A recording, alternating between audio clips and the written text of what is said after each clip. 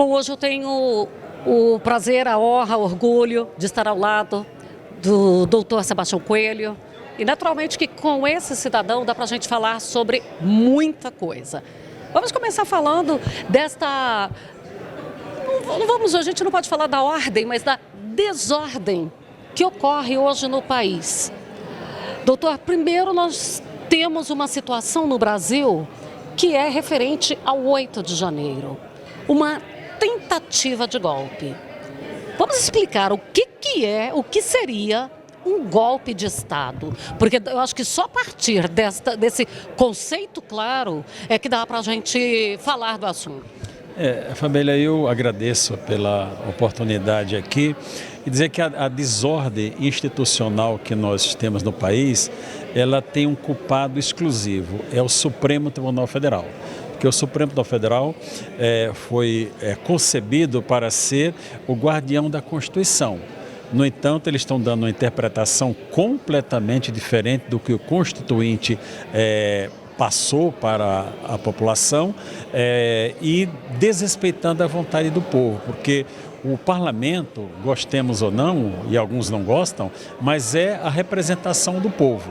Então, quando se fala de golpe de Estado, primeiro que não existe golpe de Estado sem ter forças armadas. Em lugar nenhum do mundo existiu golpe de Estado sem participação de forças armadas. E está dito por várias vezes que as forças armadas, se tivesse havido alguma tratativa nesse sentido, não teria aceitado. Segundo, falam do general Freire Gomes que ele teria falado isso. Mas como ele não foi ouvido ainda numa audiência sendo combatido pelos advogados, não podemos afirmar nada sobre isso. O que nós temos de concreto é essa narrativa de um falso golpe de Estado, porque o presidente da República tratar com seus auxiliares sobre temas que estão previstos na Constituição jamais pode ser traduzido como pensamento de golpe de Estado, porque tanto o estado de sítio quanto o estado de defesa vai uma proposta para o Congresso Nacional, uma mensagem. Se o Congresso Nacional aprovar aquela mensagem presidencial, é que o presidente edita um decreto. Mas antes disso, o presidente tem que consultar o Conselho da República e o Conselho de Defesa Nacional. Ele tem que convocar antes, com a participação do presidente da Câmara, dos deputados, da Câmara, do Senado Federal e dos líderes partidários. E isso não aconteceu. Então, essa questão de golpe de Estado, e que resultou no 8 de janeiro, que eles estão dizendo que vem desde 2021, veja, como é que você vai tentar depor um presidente eleito? O presidente eleito em 2021 era o presidente Bolsonaro. Então não tem menor cabimento essa narrativa que o Supremo Tribunal Federal está passando para a população brasileira, mas já está no ponto de cair. A maioria hoje já entendeu que eles estão apenas tentando sustentar um caminho que eles tomaram e que até o momento eles não têm como recuar. Então cabe a nós, população brasileira, agir fortemente contra isso. Eu sou uma voz contra o Supremo Tribunal Federal, hoje, não contra o Supremo Tribunal Federal, contra alguns ministros que estão rasgando a Constituição. E nisso daí eu não abro mão, eu tenho a minha caminhada, né? Amanhã, dia 15 de maio, eu vou completar 70 anos e os próximos anos da minha vida eu vou me dedicar à liberdade do povo brasileiro, à libertação do povo brasileiro que está escravizado por esse sistema composto pelo Supremo Tribunal Federal e o atual governo, que dispensa maiores comentários. Em relação em que momento o STF ou alguns ministros, às vezes a gente até fala que eles não se sentem, eles têm certeza que são maiores do que qualquer lei, maiores, são semideuses ali. Você acha que isso ocorreu ali na Operação Lava Jato? Isso ocorreu quando a Câmara Federal se acovardou em relação ao deputado Daniel Silveira, porque pelo menos diante do meu olhar, me corrija por favor se eu estiver equivocada, a Câmara entregou algo que não era de competência do Supremo, ela que deveria tomar ali a decisão de prender ou não. Em que momento que o Supremo se sentiu tão grande? Eu penso que desde o início do governo Bolsonaro, quando chegou a época da Covid, o ministro Lewandowski, que esse nome tem que ser citado. Esse nome é uma pessoa nociva ao nosso país. Esse cidadão retirou a competência do presidente Bolsonaro para gerir a saúde do país. Entregou para governadores e prefeitos e nós vimos o que aconteceu. Prefeitos prendendo senhoras na rua, prendendo senhoras em praias. Então, a partir dali, já começou uma dominação. Teve o episódio do delegado Ramagem, hoje deputado Ramagem, que o presidente nomeou como diretor da Polícia Federal e eles desfizeram. Aliás, foi o próprio Alexandre de Moraes. Posteriormente, o inquérito 4781, que é o das fake news, onde o ministro Toffoli criou aquele inquérito e de forma arbitrária, não republicana, entregou nas mãos do ministro Alexandre de Moraes. É um inquérito que está aberto desde, salvo engano, 14 de março de 2019 e até hoje não tem fim. Meu nome pode estar lá, o seu nome pode estar e qualquer um de nós pode estar lá. Por quê? Porque ele é secreto, ninguém tem acesso a esse inquérito. Dali eles tiram filhotes e o filhote desse inquérito a pessoa tem acesso. Mas o que tem naquele 4781 ninguém sabe. Então isso não é próprio de uma democracia, isso é próprio de ditaduras. E nós, no Brasil, as pessoas não gostam quando eu falo isso, porque eu fui juiz e desembargador por 30 anos, 11 meses e 5 dias. Eu vivi um outro poder judiciário. Nós hoje estamos vivendo uma ditadura do poder judiciário imposta pelo Supremo Tribunal Federal. E a Câmara dos Deputados mostrou toda a sua fraqueza ao permitir a prisão do deputado Daniel Silveira. A deputada Magda Mofato, que é do estado de Goiás, lá de Caldas Novas, né? Ela disse em uma entrevista, ela foi a relatora, que houve um acordo para o Daniel Silveira ficar preso 10 dias e soltar. Só que acontece o seguinte, o cordeiro não faz a aliança com o lobo. Eles agiram como cordeiros, acreditando, mas o Supremo Tribunal Federal ali já se mostrava um lobo feroz, não é? Então, com aquilo eles cresceram. Veja se tem cabimento agora, 315 deputados federais aprovarem uma resolução suspendendo o processo do delegado Ramagem, que volta novamente a ser um personagem, não é?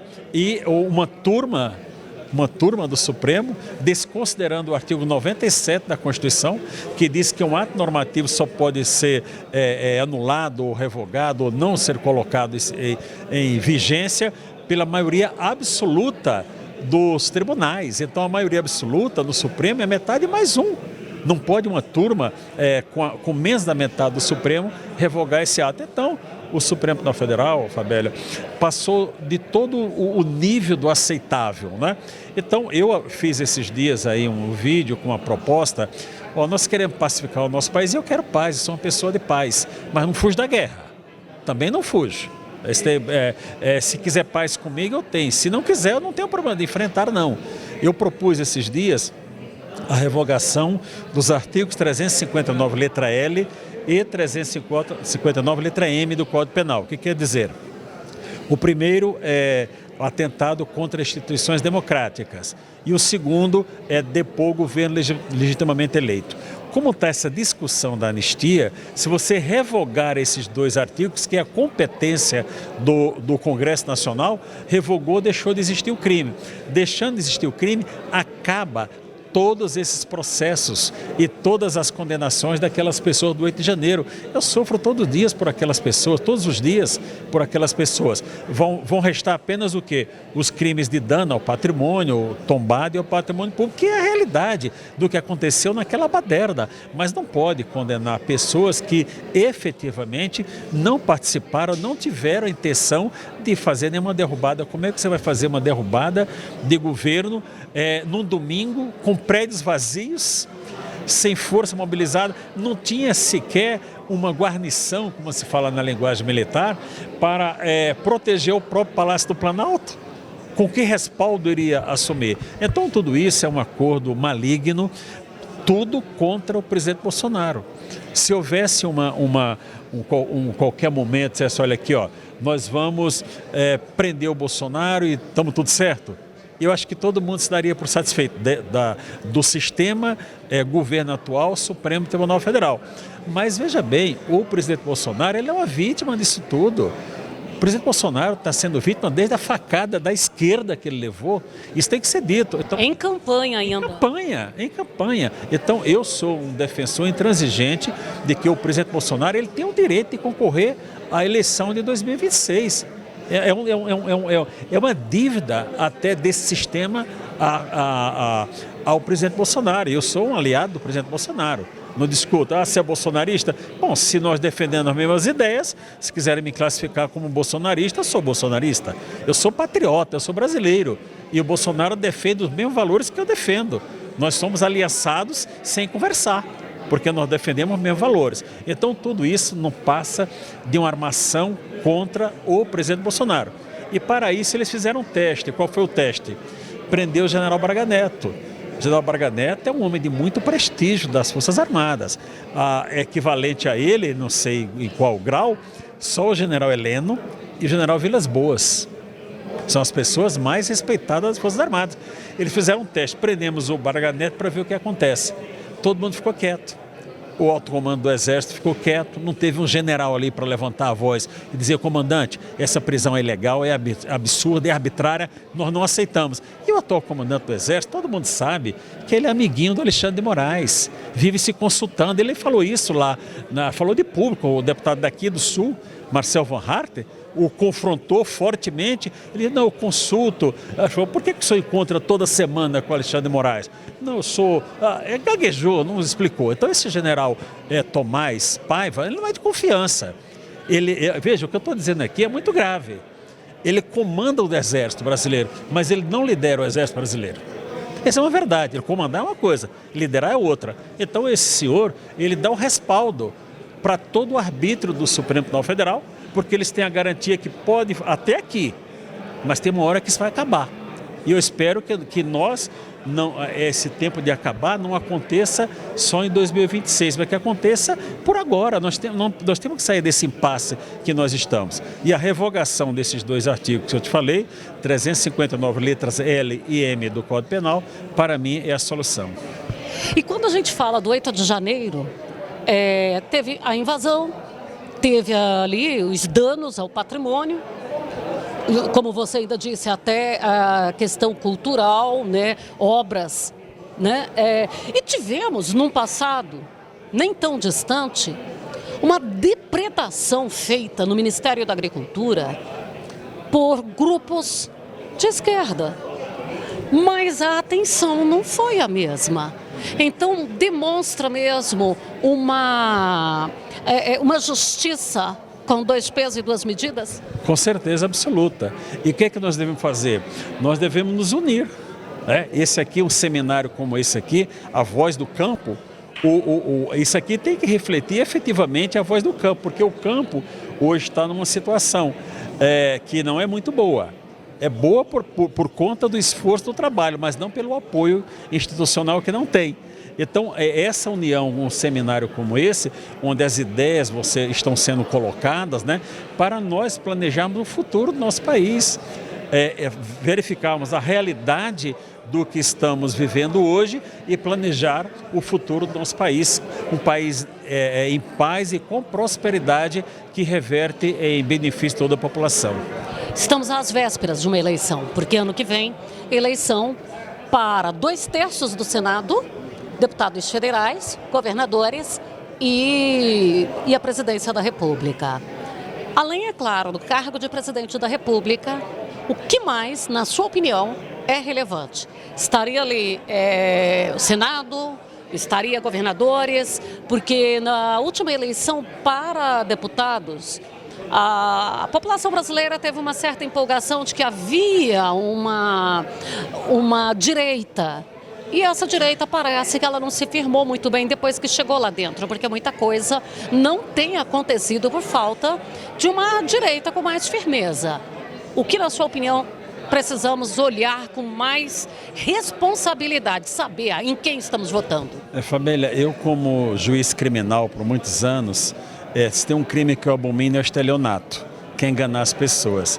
E muitos políticos, infelizmente, eles praticam o estelionato. Eles se apresentam à população com uma proposta e quando estão lá fazem totalmente diferente. Então, é importante que o eleitor tome cuidado com isso. E é importante a eleição do Senado Federal por conta que o Senado Federal é o único órgão constitucional que tem o controle sobre o Supremo Tribunal Federal. Se o Senado Federal cumprisse o seu papel hoje nós não estaríamos nessa situação. Não é? Então é importante que tenha a relevância dos deputados, mas que sejam escolhidos senadores que tenham coragem e que não tenham rabo preso. Porque isso é uma verdade também. Alguns ali eu conheço até que têm coragem, mas eles têm tantos comprometimentos que eles não podem ali, isso aqui vai prejudicar meu negócio aqui, vai prejudicar a minha articulação ali. Então o brasileiro, ao votar no próximo ano, tem que tomar muito cuidado em eleger os seus senadores. Alguém que já prometeu antes e não cumpriu, não merece ter uma nova oportunidade. Dê oportunidade para pessoas novas que realmente possam ser confiáveis e que Deus nos abençoe e nos proteja para que nós não erremos mais uma vez. E o produtor rural preocupado porque ele tem aí hoje as invasões de terras, ele tem uma falta de política agrícola, que no Brasil nunca teve, mas que atualmente tem sido pior ainda até na questão de plano safra. O produtor também precisa ter esperanças com essa política. E essa esperança só virá da união e da ação. Eu vou participar de um painel aí amanhã ou sexta, né? E eu vou emitir algumas ideias que eu tenho a respeito, né? Porque a união dentro da bolha só não resolve. Essa união tem que ser dentro da bolha, mas tem que expandir. Quando ela expandir, conscientizar a população, aí tudo muda.